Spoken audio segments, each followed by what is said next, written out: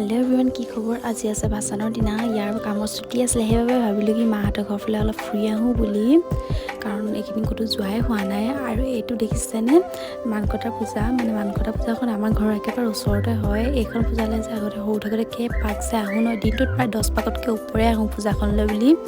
ইমান যে ভাল লাগে, আগৰ দিনবোৰৰ কথা ভাবিলে সঁচাকৈ ভাল লাগি যায়। তাৰপিছত আহিলোঁ কেদাৰনাথ পূজাখন চাবলৈ বুলি। চবৰে মুখে মুখে শুনি আছিলোঁ পূজাখনৰ কথা। আজি নিজে চাই ল'লোহি এপাক, দিনৰ ভাগতে ভাচানৰ দিনা।